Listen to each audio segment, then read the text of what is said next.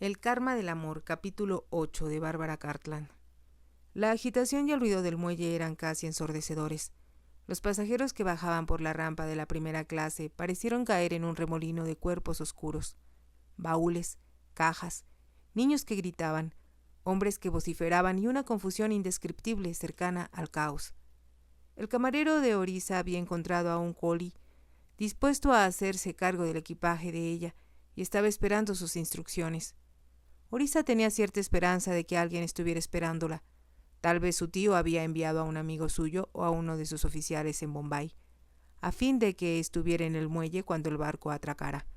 Pero luego pensó que lo más probable era que la esperaran en Delhi. Después de todo, si Charles había telegrafiado a su tío, como habían quedado, él pensaría sin duda que ella vendría acompañada por una persona de respeto, que la cuidaría hasta dejarla en el tren que salía hacia Delhi. El collie, semidesnudo y cubierto de harapos, esperó con aire filosófico a que ella decidiera a dónde quería que le llevaran su equipaje. Como Orisa no traía mucho equipaje, él se alegró de que ella no tuviera que esperar, como la mayor parte de los demás pasajeros, hasta que aquel fuera sacado de las bodegas del barco y llevado al muelle. Orisa había olvidado lo abrumadoras que podían ser las multitudes en la India, pero, a pesar de todo, su corazón saltó de emoción ante el colorido de la escena. Había nativos con guirnaldas de flores esperando a sus amigos que llegaban en el barco, y los colores brillantes de los saris parecían reflejarse en los vistosos uniformes de los soldados de diferentes rangos que se movían entre la multitud. Los vendedores ofrecían frutas de color verde, púrpura y anaranjado, y los niños de familias acomodadas llevaban reguiletes y cometas de lindos colores. Por todas partes se veían rostros hermosos, con grandes y brillantes ojos castaños. Y, por encima de todo, estaba el sol, dorado y cálido, que penetraba por donde quiera y envolvía el barco en el que habían llegado en una especie de neblina dorada. «¿La espera alguien, señora Lane?» Ella, al escuchar aquella profunda voz, no tuvo necesidad de volver la cabeza para saber quién había hecho la pregunta, como si hubiera anticipado que el mayor Meredith la encontraría de nuevo, a pesar de que se había despedido de él. Una mentira saltó a sus labios. «Un carruaje me estará esperando afuera. ¿Puedo decir a su mozo que la lleve allí?» «Gracias, es muy amable de su parte». Orisa logró hablar con cierta fría reserva. Tenía la desagradable sensación de que el mayor Meredith estaba tratando de averiguar más sobre ella, tal vez conocer a su mítico esposo, o asegurarse de que no se quedara sola en Bombay. Orisa se había despedido a bordo del general y de Lady Critchley, y la señora se mostró muy cordial al darle las gracias por todo lo que había hecho por el pequeño Neil. La madre del niño, que había subido al barco para encontrarse con sus padres antes que ellos desembarcaran, se mostró muy efusiva. «No sé cómo darle las gracias, señora Lane», dijo. «Mamá me explicó que ha logrado usted que mejore la salud de Neil y que lo ha hecho portarse como un ángel durante todo el viaje. Es un niño encantador», había contestado Orisa con sincero afecto. «¿Tiene usted niños?» «No, todavía no». «Pensé que los tendría», sonrió la madre de Neil, «para haber manejado también al mío, pero gracias, muchísimas gracias, de verdad». «Ha sido un gran placer», contestó Orisa.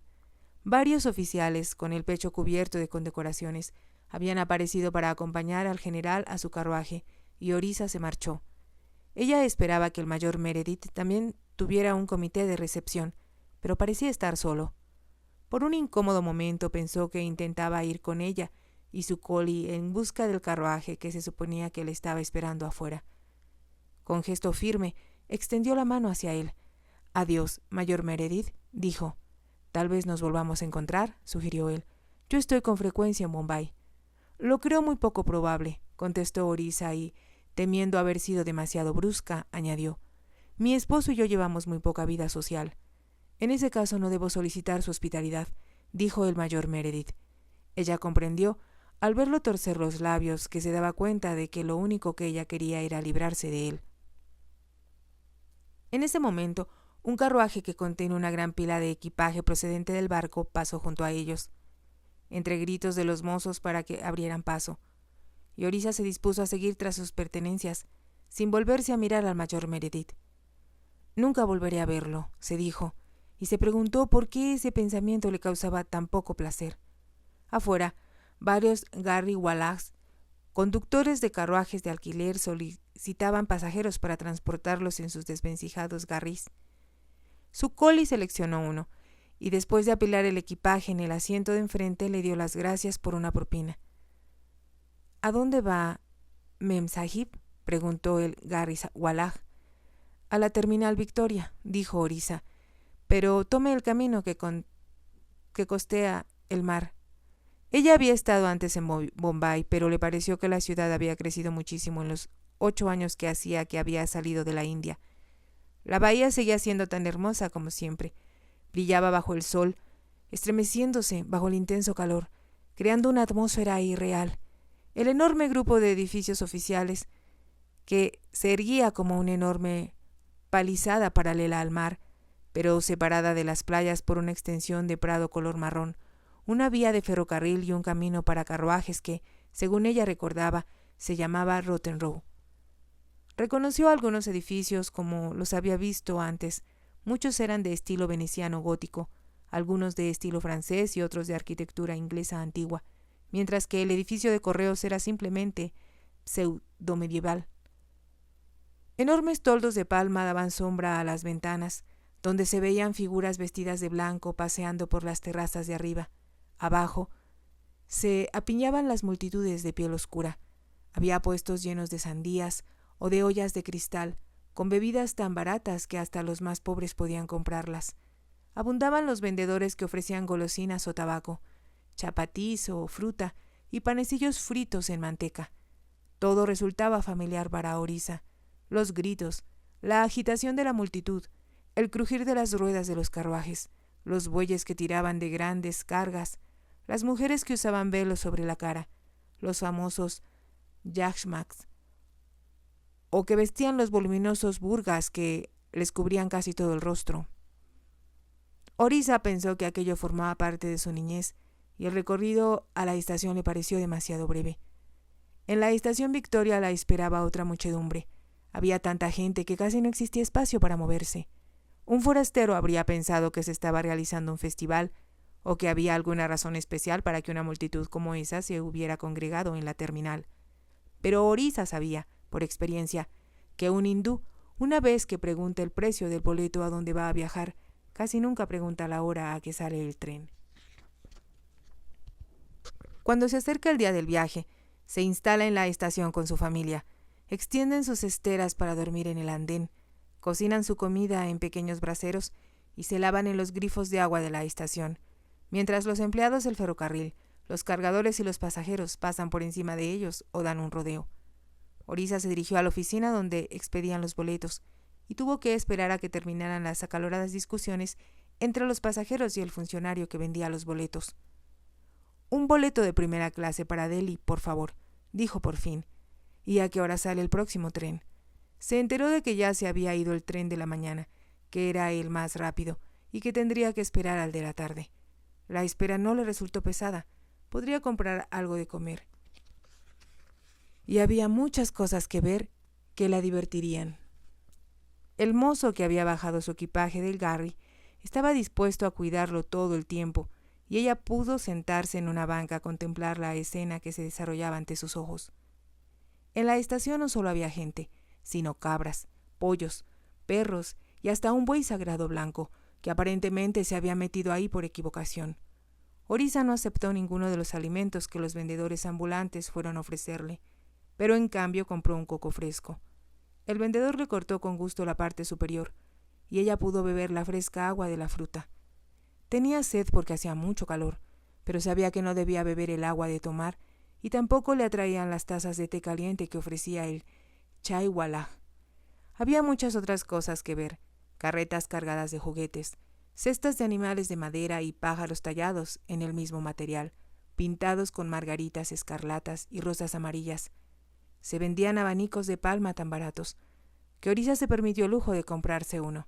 Cuando por fin, en las últimas horas de la tarde, llegó el tren, lanzando bufidos y resoplidos como un feroz dragón que descendiera amenazador sobre la estación, el ruido se volvió ensordecedor.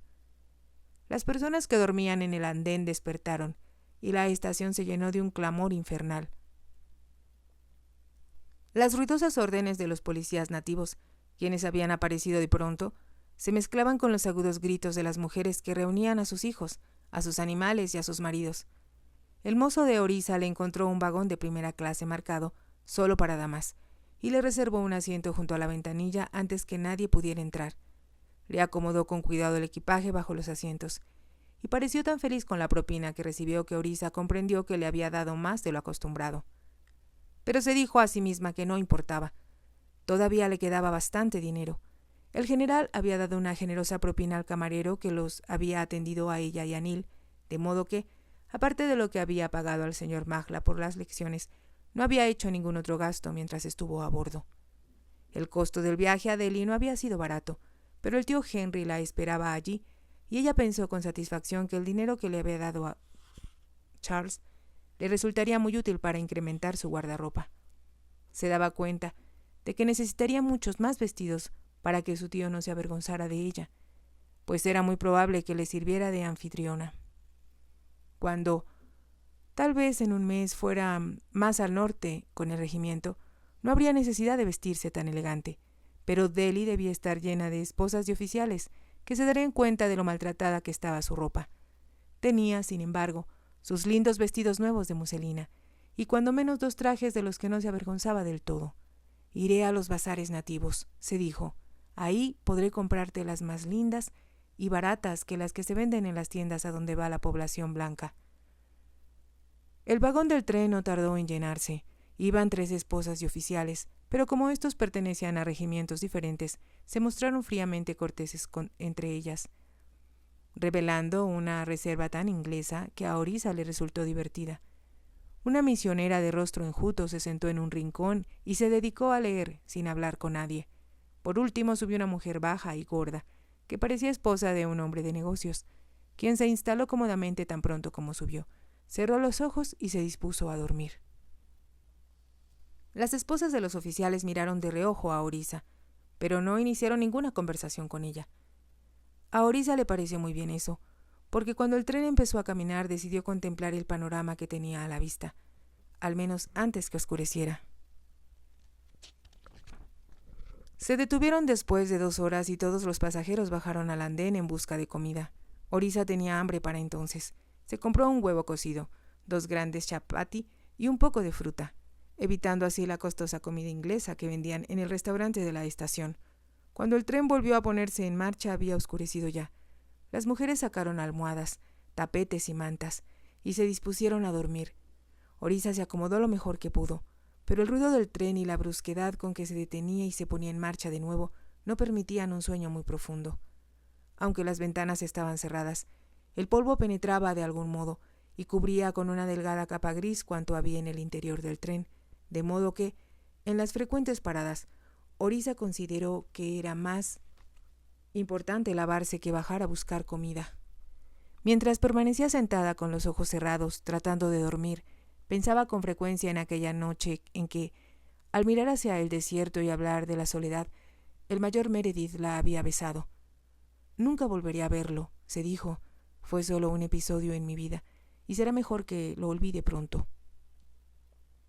Pero no podía olvidar las sensaciones de los labios del mayor Meredith.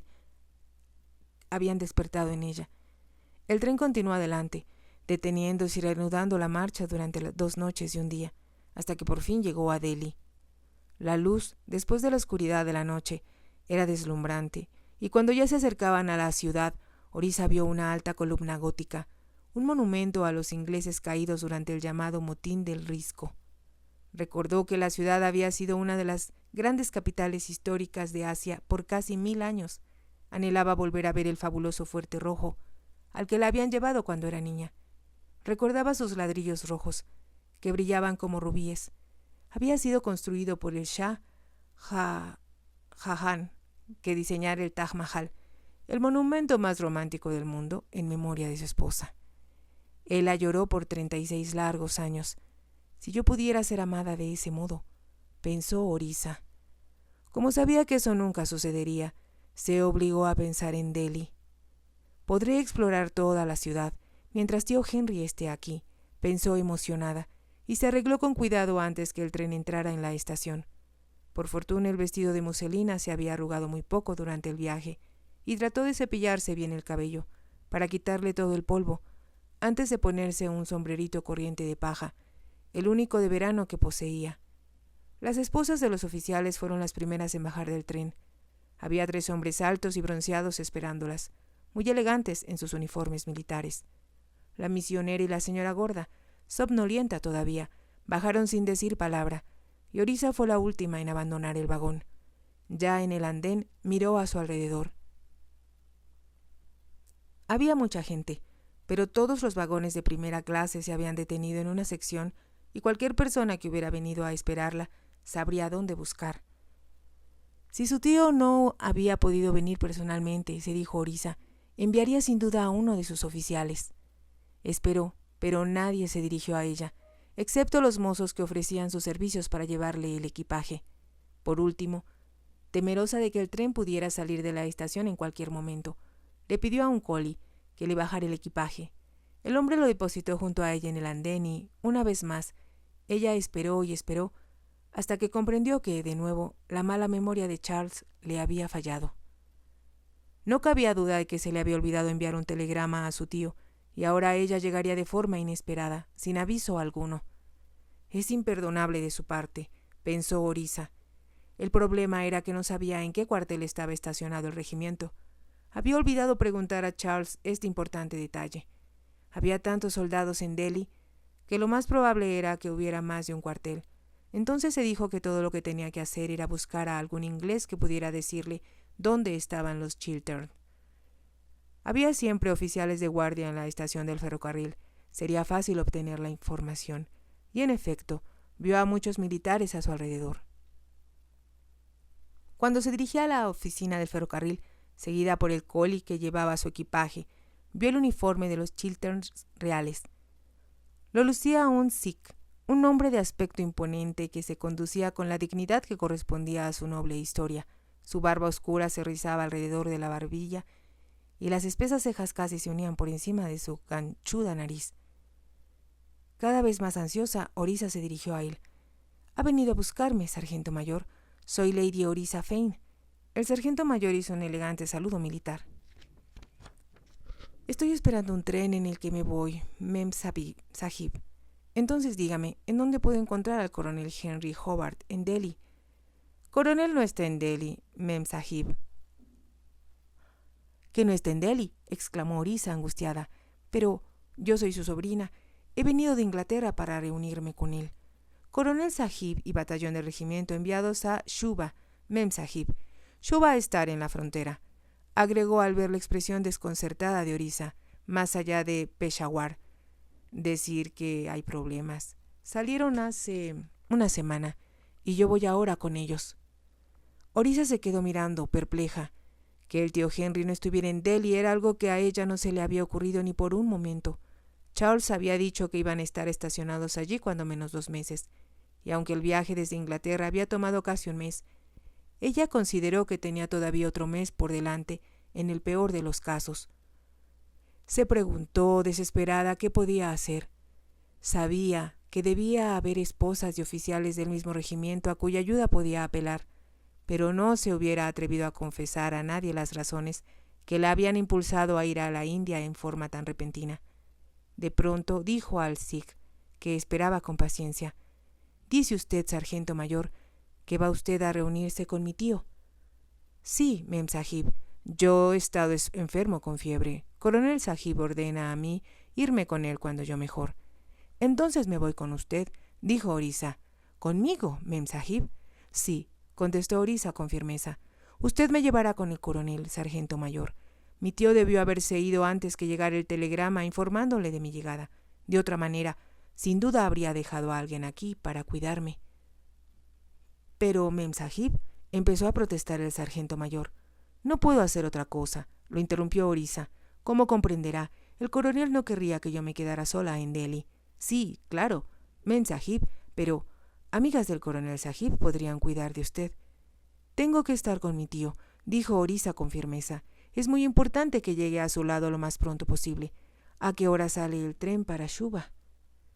En 1 hora, Mem Sahib. Muy bien, entonces, cómpreme un boleto. Voy a viajar enseguida. En 2ª clase, sargento mayor, agregó, sacando de su bolso varios billetes que puso en la mano del hombre. Orisa sabía, desde luego, que la nobleza inglesa viajaba siempre en 1ª clase en la India, disponiendo casi siempre de un compartimento para los sirvientes junto al de ellos. La nobleza india viajaba en 2ª clase. Los ingleses de otras clases, como industriales y comerciantes, iban en las llamadas clase intermedia, y los indios ordinarios viajaban comprimidos como sardinas en las incómodas bancas de madera de la 4ª clase. Los viajes tomaban largo tiempo, y los ingleses y nobles llevaban sus propias colchonetas y cojines consigo, además de sus alimentos. Cuando Orisa viajaba con su padre, él ordenaba por telégrafo previamente lo que iba a necesitar, y cuando el tren se detenía en una estación, surgía de las sombras un hombre de blanco, llevando la comida en una bandeja cubierta con una servilleta. Ahora, Orisa pensó que no debía gastar su dinero en viajar en 1ª clase, porque no tenía ninguna seguridad acerca de lo que iba a suceder. No sabía a qué distancia estaba Shuba, ni lo que tendría que gastar al llegar allí. Si te ha gustado, te invito a que te suscribas, a que me regales un me gusta y actives la campanita para que puedas seguir escuchando esta historia y muchas más. Gracias.